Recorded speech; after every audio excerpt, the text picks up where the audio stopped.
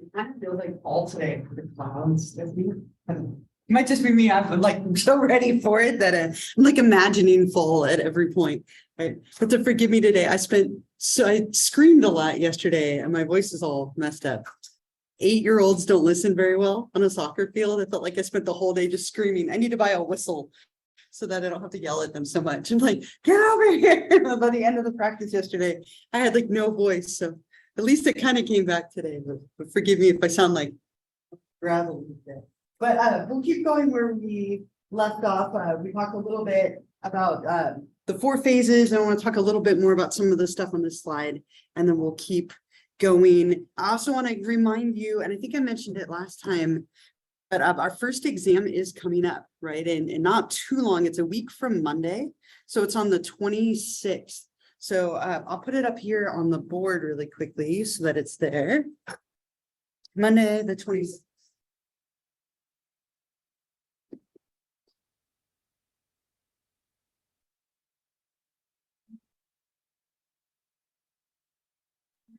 On the exam day, you won't actually meet.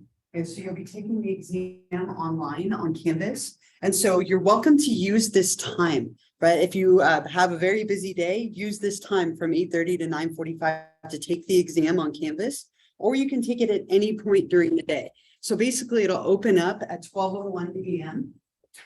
So it'll be open from 12:01 a.m. to 11:59. Yeah, so it'll be open for the entire day. You can take it at any point on that day. But I am giving you this time to take it. So again, you can kind of spread that out as you will, or you can take it at our normal time.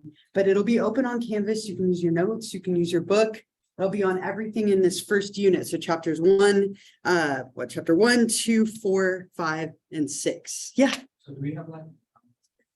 Yeah, it's an hour and 15 minutes. So just like you would if you were here in class, except it'll be online. So I'll talk a little more about it probably next week, but I would definitely encourage that you study like you would for an in-person test, because if you're trying to look everything up, you're going to run out of time. So if you're like, oh, it's open notes, I can just look it up as I go. That's where people tend to get into a little bit of trouble. But I haven't made it any harder than if you were taking it in person. So it's not like artificially difficult or anything silly like that. Honestly, I think my exams are probably too easy. If you've been reading and following along and you're here and paying attention, you should be in good shape.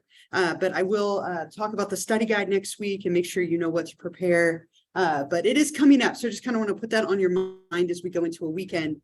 So you can start thinking about it or reviewing if you would like to. The study guide is up on Canvas, and I'll talk about it a little more next week, but just to kind of put that on your mind for now. Otherwise, we'll go back to what we were talking about last time, which was menstruation, right? And we talked about these 4 different phases that we go through. And as we were talking about at the end, you can use this knowledge either to help you get pregnant or avoid getting pregnant. Remember that fertile window is the time you're the most likely to get pregnant, right after somebody has ovulated. And the other phases, right in the very beginning and the very end, there's no egg there to fertilize. And so that tends to be something that sometimes people can use as like a form of natural birth control or to help them if they're trying to get pregnant. Now, all of those different hormones that are going on do often cause issues for people, right? For a lot of women struggle with things like PMS, premenstrual syndrome, right? And it's not everybody, and it's not every month. But there are a lot of people who do have a hard time with some of those hormonal fluctuations. And it can occur anywhere from like 2 to 12 days before somebody actually is actively menstruating. And it can last sometimes a few days after as well. And I can't remember if it was this class or my other that I told you that my dad told me that my mom would be like a different person a few days of the month, right? When I was younger, my dad was like, a couple of days of the month, your mom's going to be somebody else. And I was like, I'm not sure what that means. My brother and I were scared that she would literally turn into somebody else because we were little. I now know what he was talking about, right? But my mom always had like really intense hormonal reactions. Like it was noticeable. And for some women, it can be that way. And for others, it can be really mild. Maybe it's that they have certain cravings for different foods, a little bit of like bloating or discomfort, some like kind of increased emotionality. So it's not everyone, but it's definitely very, very common. And it can escalate into something called PMDD. PMS isn't a disorder. There's nothing like medically abnormal about it. But premenstrual dysphoric disorder is actually a diagnosable disorder. And people who have PMDD have hormonal fluctuations that are so intense that it causes a significant amount of distress and impairment in their life. So what can happen is it can develop incredible depression, sometimes even like false beliefs about reality. It's almost like you get this severity spectrum too after pregnancy. If some people get like the baby blues and others get postpartum depression. So what we can have are kind of normal, typical symptoms, and then ones that are a little more severe and intense and might require things like birth control or maybe some kind of medication to help deal with. But this is, again, an ongoing cycle, roughly 28 days for women. I had someone send me kind of a cool clip a few years ago, so I'm going to play it for you. It was about kind of a first menstrual cycle. It's called the first moon party. Remember, this whole thing based on the lunar cycle. So I'll play it for you. I think it's kind of a funny way to kind of end talking about this topic here. Let me turn it off. There we go. So any other like thoughts or comments, questions, anything else here before we keep going? Anything else related to the 4 phases? Again, that would be a great short answer question for you, as I mentioned last time. Anything else here? Yeah. Okay, so a couple of like health concerns, reproductive health concerns for women, and we'll do the same when we get to the unit talking about male reproductive anatomy next. Really important to be going to the doctor to check on kind of your reproductive health, just like you would do for your typical medical health. And the doctor that women would go to for this is called an OB/GYN, right? An obstetrician gynecologist, right? And they're kind of combining 2 people together, one that deals more with kind of traditional reproductive health for women and one that deals more with childbirth, but combining them together to get an OB/GYN. That would be the doctor that most women would go to. Your regular medical doctor could also kind of be in charge of this as well. But that would be the person who kind of specializes in reproductive kind of gynecological health concerns for women. Pap smears. Pap smears, the full name for this is a Papanicolau smear. I won't ask you that, but named after the doctor who was the first one to kind of coin that phrase or kind of coin the term for it. Really important for women to be getting regular pap smears. And there's kind of a guideline for this as to how often regular means. But these screens are for cervical cancer, right? Oftentimes something that can be very dangerous for women that you can catch very early if you're doing regular pap smears. You should have your very first one of these no more than 3 years after becoming sexually active or by the age of 21. Okay, so if by the age of 21 you're not sexually active yet, right, then you should have your first one at that point. Or if you become sexually active much earlier, no more than 3 years after you have started being active.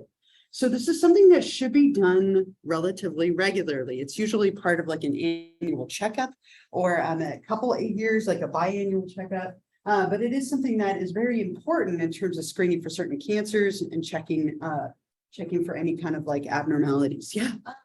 It's actually Not necessarily. So it doesn't change your kind of your risk at all for cervical cancer, but you are more likely to have like infections of certain kinds, right? So it's just generally once you're becoming active, it's more important to be in charge of like your reproductive health. It's kind of the guideline. It's not a hard rule, but it is kind of a guideline to follow. Yeah.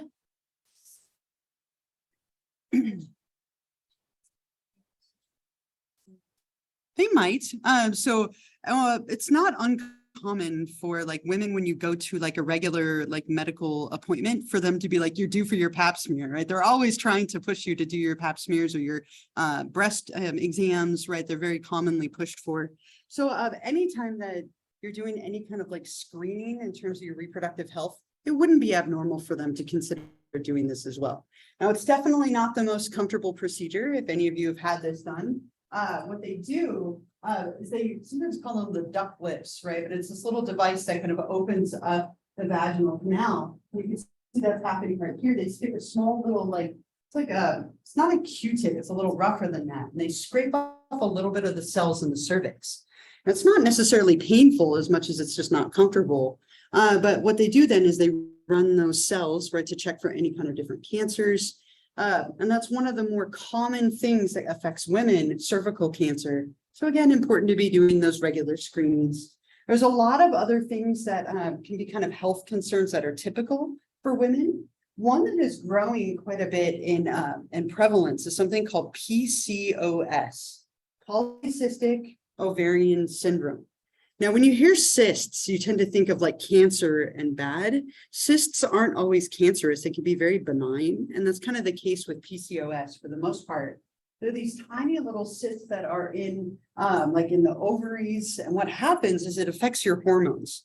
And so a lot of women actually struggle with this disorder, or this syndrome, I should say. And what happens is it affects your menstrual cycle. So one of the biggest things it does is cause very irregular menstrual cycles for women. It can cause problems with fertility because the menstrual cycles are irregular. It can be hard to time things to get pregnant if you were trying to get pregnant.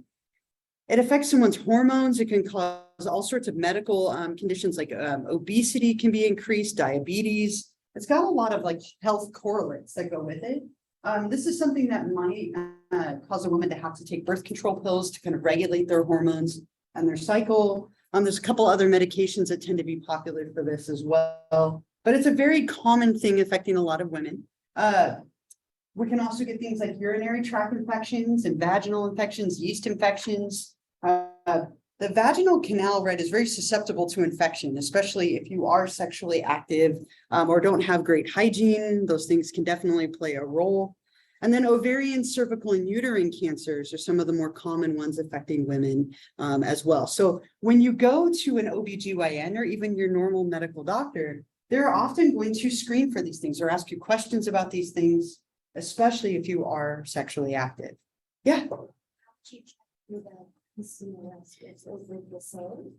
Technically, there isn't necessarily like an active test that you can do. They can check your hormone levels, right, in your blood. So they can take a blood sample and check your hormone levels, which may or may not be conclusive. It's typically more like symptomatic. So if people have very irregular cycles, oftentimes people who have PCOS can be a little bit overweight, not always, but if they're having certain like characteristics, that tends to be more diagnostic than anything else. And then oftentimes seeing if you respond to birth control, or metformin is another medication they often give for this to help balance out some of those things going on. Yeah. This and an ultrasound? Not necessarily, right? So the only reason they would do an ultrasound is maybe if you were doing some kind of fertility treatment. So if you were doing something like IVF, for example, which we'll talk about later, in vitro fertilization, and trying to grow eggs, in that case, they might do an ultrasound to see how many eggs that you have. I'll tell you this story later when we get there, but my partner and I went through IVF multiple times to have our children, and I actually got to do one round of IVF. And at the time I had PCOS, so I grew like a ridiculous number of eggs, because that often happens when people have this. You sometimes ovulate more than is average or typical. So most women grow like 5 to 10 eggs. I grew 52. I'm like I don't know, egg grower. Who knew? Or hidden talent, right?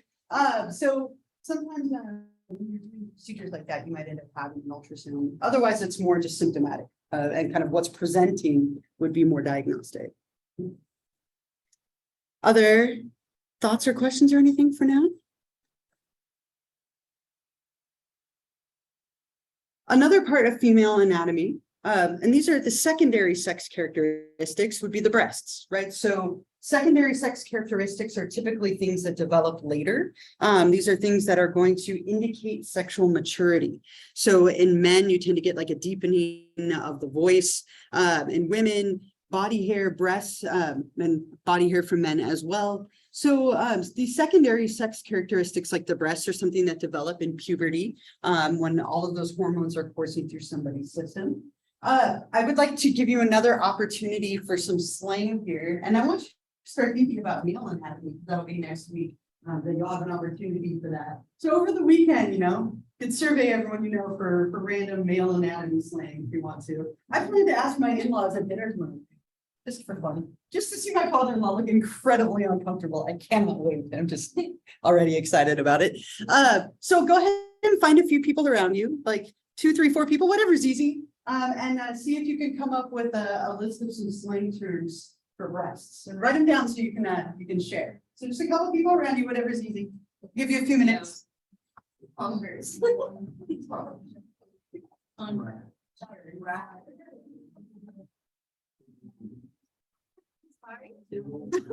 She's like, say that again. You've never. Yeah. Oh, I thought you said. Different challenges.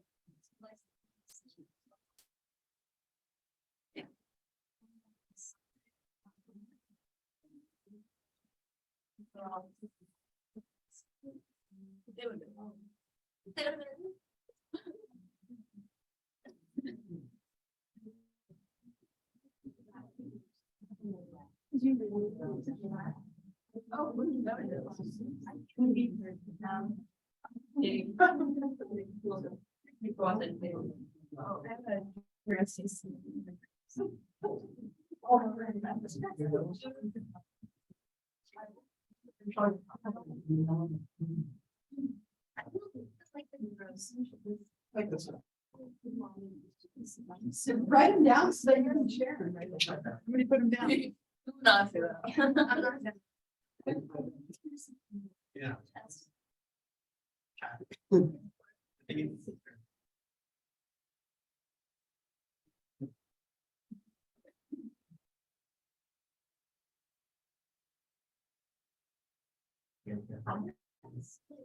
You're always welcome to sit down too. I'm running mine. I mean, like, life, but all like design, and that was something. So. I don't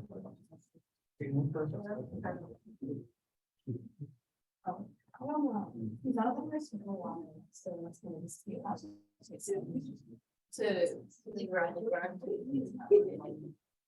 You can just every single instructor knows that it's just like don't be dressing, you don't know, see children. Yeah, I learned how to read. That's what it is.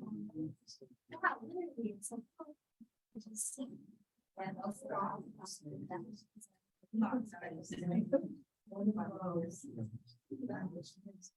do snakes.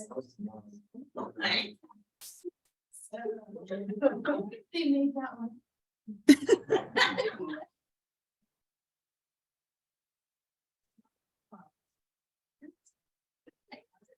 Why?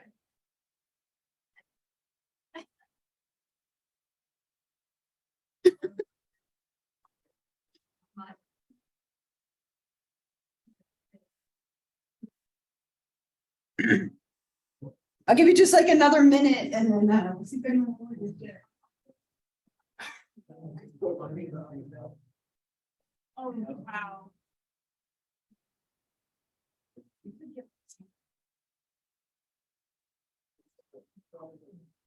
Yeah, it was really fun.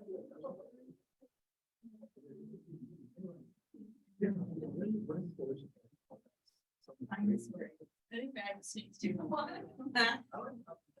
I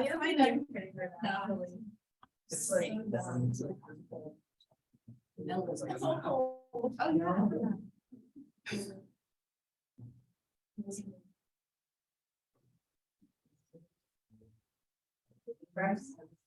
what there's something about.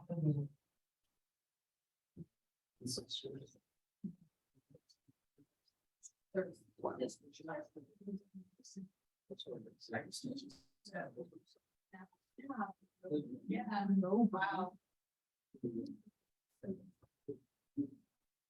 And that's true. He has natural. Very uncommon. Magical, anything. Very uncommon to have everything perfect and symmetrical. This is what we're. All right, what do you think? Did you come up with I looked up, it's interesting if you do a Google search for this, the terms are just outrageous sometimes, right? But what did you come up with? Anyone willing to share? Write them down? You think? Yeah, go for it. What was that? Sweater meat. Sweater meat, that's awful. Something like I have never heard that one before. sweater puppies. I've never heard sweater meat. We're just adding to the repertoire today, right? Also dinosaur eggs, so you don't have. Dinosaur eggs, okay. I like how. Well, that's interesting too, right? Who comes up with these, right? Somebody's sitting somewhere and coming up with these all day. What else do you have? Did you write any of them down? Yeah, go for it. Voluptuous volcanoes. Yeah. Belly houses. Melons, jugs, pillows, Yeah. tatas, and gloves. Okay, all right. Big gloves. Can you spell that? No, I'm just kidding. All right. Anybody else? What else did you come up with? I mean, if you don't, I have a huge list here, right? So I just did a quick search for it, which is always dangerous on Google, right? So jugs, cans, knockers, bongos, picks, tatas, chesticles, Charlies. These are so bad. Like, where did that Golden Globes? That's an award. Oh, yeah. Let's see. Pinch pots, headlamps, lady bubbles, Lunchables. I'm like, my kids eat Lunchables. They can't look at it the same way. Sweater stretchers, right? Maracas, marshmallows, milk duds, mud flaps, Liberty Bells, Little Rascals, Baby Busters, Danny DeVito's. I don't know. I'm not sure I want to know. Let's see. There were like at least a few more. Babushkas, baby buffets, barnyard boppers, rocket launchers, rattlers, traffic stoppers, and tater tots. Right? You have to love the random, absolutely random, right? There's so much slang again for anatomy. Be thinking, I have high expectations for the male anatomy list. I keep mentioning it. I want you to think about it over the weekend. Right? Again, I can't wait for tomorrow. My poor father-in-law's going to look at me like, no, what are you talking about? We'll see. Every year I ask him, so I wonder if he's expecting it. Yeah, over dinner. Yep, totally doing it over dinner. My mother-in-law is cooking, so while she's cooking and I'm starting to fear for my life, I'm going to ask him that over dinner. So I have part of there's a documentary that was made, and it's getting a little old. It was made like right around 2000, but I think it's such a really cool little documentary that was done. And they made one for men as well. And depending on time, we'll watch a little part of it. But it's a bunch of different women, people who identify as female, talking about their breasts and expectations around them. And a lot of them do it topless, right, as part of the documentary. And so I'm going to show you the first like 13 or 14 minutes of it. It's got really awful music. It's like really like bad music, but it's kind of catchy. So I'm sorry if it gets stuck in your head. But what I like about this, even though it's old, is I think it shows a lot of vulnerability, right? And some of the people doing this, it's like a mother and a daughter sitting there topless together talking about breasts, right? Imagine doing that with one of your parents, right? Or bottomless with one of your parents, right? Which some of the guys do in the one that I might show you part of next week. So you can look forward to that or dread that as it might be. But I want to show you, just like I said, just like the first 13 minutes